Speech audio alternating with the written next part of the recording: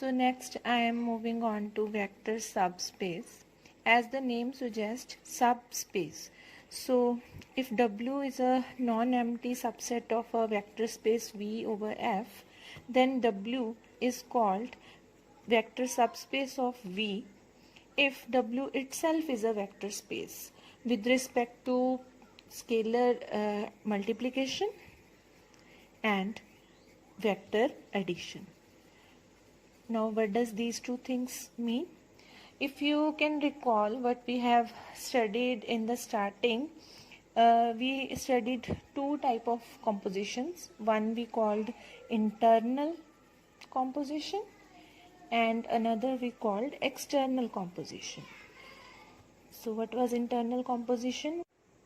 Now recall in the vector spaces we had discussed two type of compositions, internal composition and external composition. Internal composition we called the composition on the vector space itself. It should take the two elements of vector space to vector space only, and external composition was on vector space and field, and it should take to the element of vector space.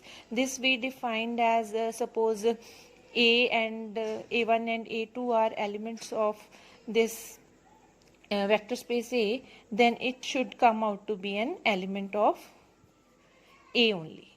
And this we defined as if alpha is element of field, if alpha belong, I should write like this.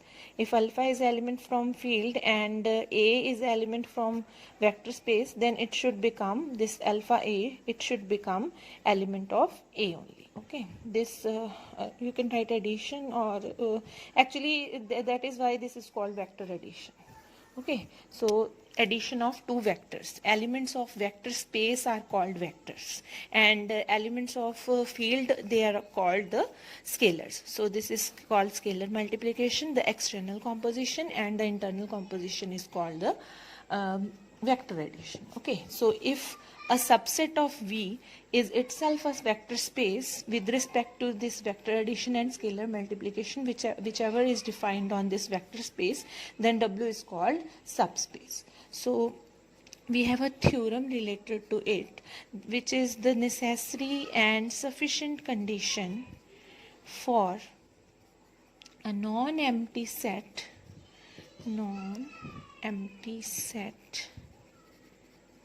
subset W of vector space V over F to be a subspace of V is that W is closed under vector addition and scalar multiplication. So what do you mean by this thing? Necessary and sufficient. Necessary means compulsory, that is, it has to happen. So let us first see the necessary part. So what condition we have to prove? We have to prove that W is closed under vector addition and scalar multiplication. This condition is a necessary condition for W to be a subspace.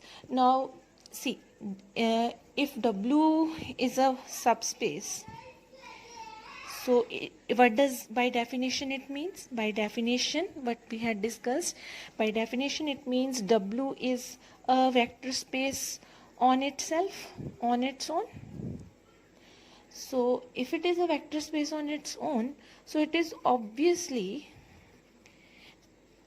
closed under vector addition and scalar multiplication. All right. So that is why this condition is necessary. Now let us look at the sufficient part. Now sufficient, it means we have to prove that this condition, W is closed under vector addition and scalar multiplication, this is enough for W to be a subspace.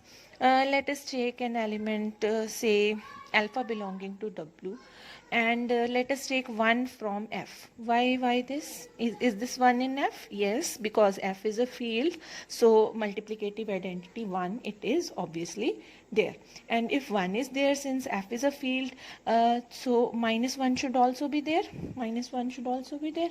So let us now W is closed under scalar multiplication. What does this mean? It means if I take an element from W and an element from F, then that product should belong to W as per this condition. So what we have proved? We have proved that if alpha is in W, then minus alpha is also in W.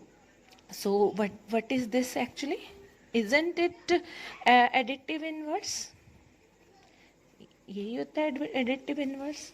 So we have proved that additive inverse exists. Now since alpha is there, minus alpha is there, now we also know that it is closed with respect to vector addition. Closed with respect to vector addition means if I add two elements, whatever the answer is, it should belong to W. This is the meaning of closed under vector addition. So what we have proved? We have proved that 0 is in W. Now what is 0? 0 is additive identity. है ना? So we have proved one condition, two condition, and this is already given to us. Closure property is already given to us. W is closed under vector addition. So first property, this is second, this is third, and what is left? Associativity, है ना? Associativity will obviously hold because it is closed with respect to vector addition, and since W is subspace, so all elements of W are elements of V also. So what does this mean? Since V is vector space, so associativity holds. Now we have proved the four conditions. Closure was already given to us, inverse, identity, and associativity. So what does this mean? This means this is a abelian group, right? Now we are just to prove that the other remaining conditions, those were conditions you can check from 6 to 10. They will obviously hold due to this quantity, due to this thing. Scalar multiplication is there. So you take any element alpha from F, from say V, and any element say A from F, then their product will obviously belong to W will belong to W. So under all these conditions, this W is a vector subspace. Next theorem I am giving you as an exercise.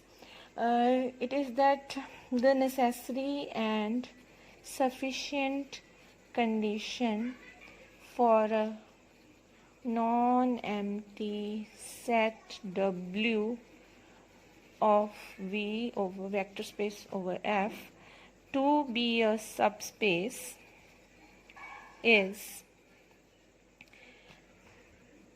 for alpha belonging to W and beta belonging to W, alpha minus beta always belong to W. And second condition is for alpha belonging to let us say A belonging to F and alpha belonging to W, A alpha belongs to W. This is an easy exercise. It is an outcome of previous exercise only. You can do it yourself. So using this exercise, we will prove another important theorem.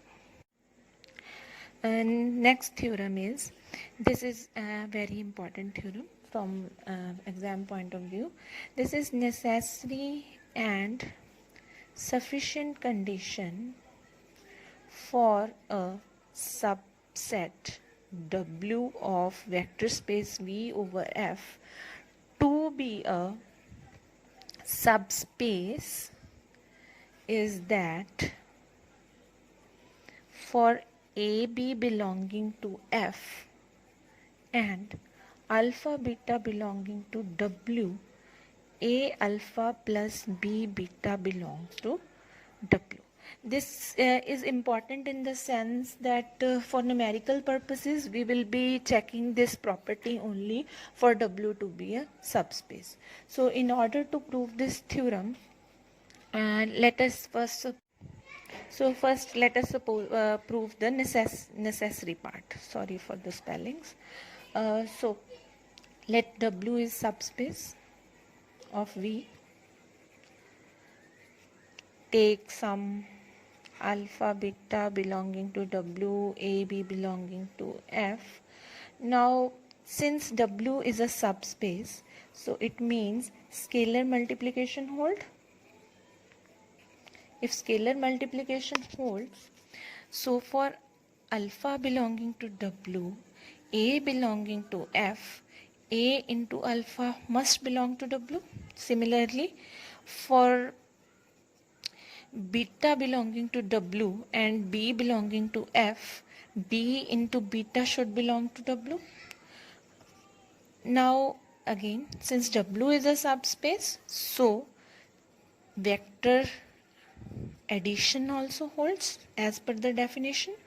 What is the vector addition? If you take two vectors, let me take this vector and this vector, and if you add them, then they should belong to W.